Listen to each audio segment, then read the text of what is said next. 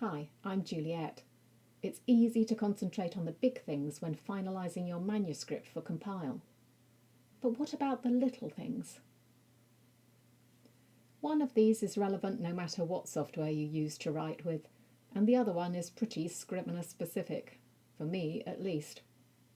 First, I go through and remove any inadvertent double spaces. You can do this with the text tidying tool under the Edit menu, but I prefer to do it with a Find and Replace, especially with non-fiction, because sometimes you want two spaces. Plus, it's easier to do because you can select your whole manuscript with Find and Replace, but as far as I can tell, the remove spaces cannot be done globally.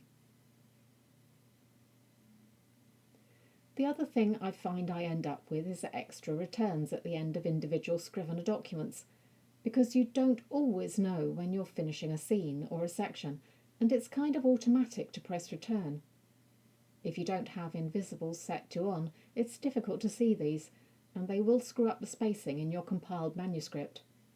Now, text tidying has a remove lines between paragraphs, which is fine, but that doesn't work with these returns, because there's nothing after them. Unless, of course, you have more than one, but it still leaves that last one. So the only way to be sure is to check all the individual documents. If you can see a paragraph mark at the end of the document, it needs to go.